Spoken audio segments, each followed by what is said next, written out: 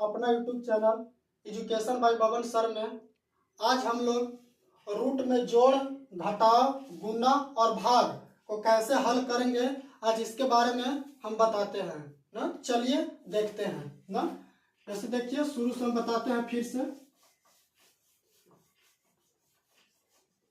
देखिए सबसे पहले हम लोग जोड़ बताते हैं कैसे रूट में जोड़ते हैं, रूट में किसी भी संख्या को।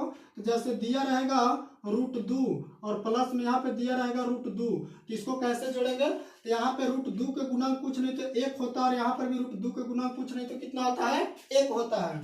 तो 1 और 1 को जोड़ेंगे तो 1 और 1 कितना हो जाएगा, 2।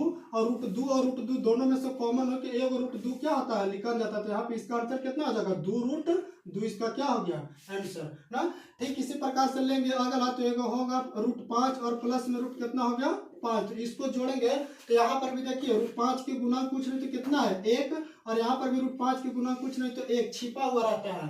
तो 1 और 1 कितना आ जाएगा, 2। और रूट 5 को जोड़ेंगे तो रूट 5 में से एगो 5 निकल जाता है, तो यहाँ पे कितना बच गया, रूट 5। इसका क्या हो गया आंसर ना। जैसे और लेना चाहते हैं हम लोग, जैसे एक और क्वेश्चन है कि 2 रूट कितना है 7 और प्लस में 5 रूट कितना है 7 ना। तो इसको कैसे जोड़ेंगे, तो देखिए रूट 7 का गुणांक कितना है 5 और यहाँ पे रूट 7 का गुणांक कितना है 2। तो 5 और 2 को सबसे पहले जोड़ेंगे तो 5 और 2 कितना हो जाएगा 7।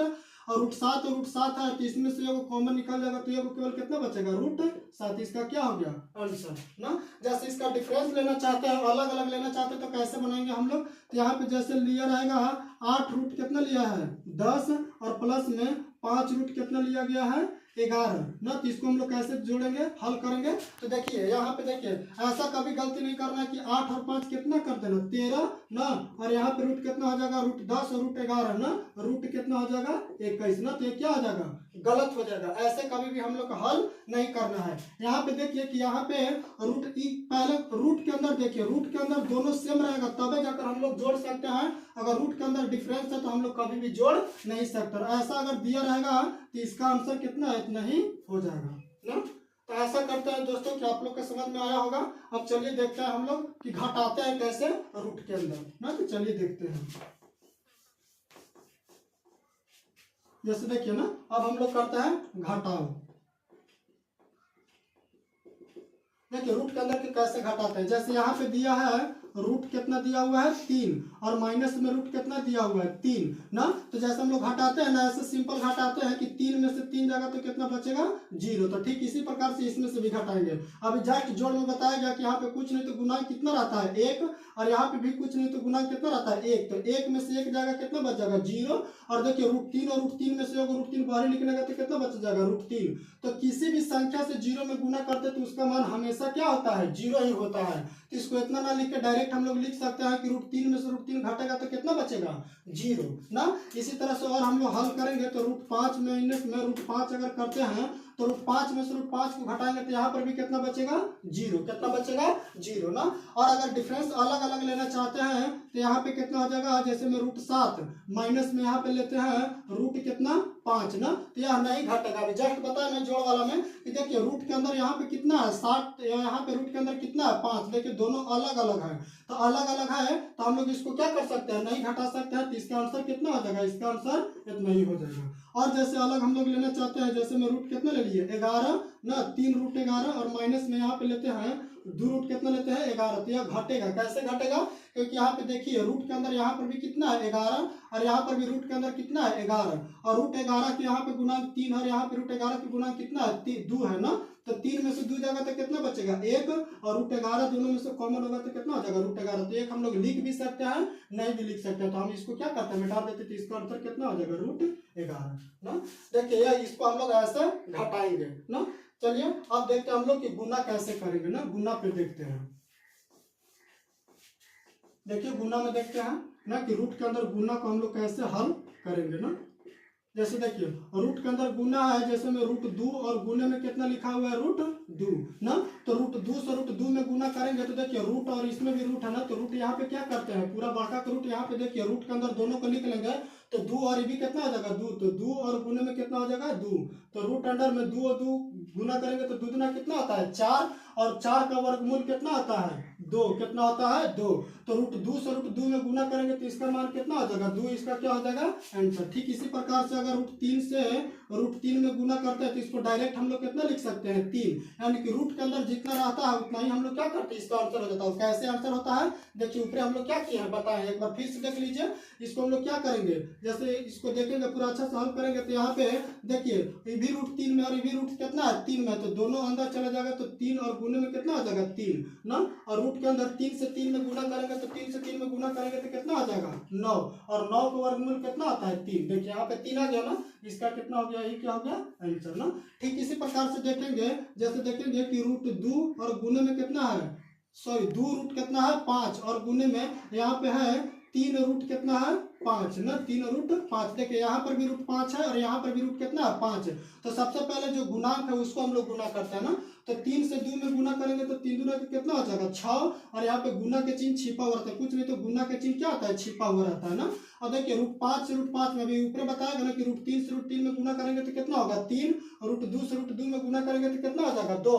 तो ठीक इसी प्रकार से रूट 5 से रूट 5 में गुना करेंगे तो इसका मान कितना आ जाएगा 5, 6 से 5 में गुना करेंगे तो 6 5 कितना आ जाएगा 30, इसका क्या हो गया आंसर ना। ठीक इसी प्रकार से और करेंगे गुना, जैसे में रहेगा 3 रूट कितना रहेगा 11, और गुने में 2 रूट कितना रहेगा 2 रूट हम लोग लिख लेते हैं 10 ना। तो इसको हल कैसे करेंगे, तो देखिए यहाँ पे पहले गुणांक के गुना कीजिए ना, तो 3 से 2 में गुना करेंगे तो 3 दूना के 6, और देखिए यहाँ पे रूट लगाएंगे तो रूट देखिए रूट के अंदर कितना है 11, और यहाँ पे रूट के अंदर कितना है 10 ना, तो यहाँ पे कितना आ जाएगा 6 गुने में 10 से 11 में गुना करेंगे तो कितना आ जाएगा 110। इसको हम लोग बाहर भी निकाल सकते हैं या फिर इतना ही आंसर भी क्या कर सकते हैं छोड़ सकते हैं। नहीं, एक और एग्जांपल ऐसा ही देखिए, जैसे में दिया रहेगा कि 2 रूट कितना है 3 और गुने में 3 रूट कितना है 5 ना। तो इसको हल कैसे करेंगे, तो सबसे पहले हम लोग गुणांक को हल करते हैं। 3 से 2 में गुना करेंगे तो 3 दूना के 6 होगा, और यहाँ पे देखिए रूट है, यहाँ पर भी रूट 3 और यहाँ पर रूट 5 है ना, तो रूट के अंदर कितना हो जाएगा 3 और गुने में यहाँ पे रूट के अंदर कितना हो जाएगा 5 ना। तो हल करेंगे तो 6 रूट अंडर 5 से 3 में गुना करेंगे तो फर्स्ट तरीके कितना आ जाएगा 15 ना। इसका आंसर क्या हो गया, यही इसका आंसर हो गया। तो आशा करते हैं कि आप लोग के समझ में आ रहा होगा। देखिए अब हम लोग भागा देखते हैं ना, कि रूट के अंदर भागा अगर रहता है तो उसको हम लोग कैसे चेंज करते हैं।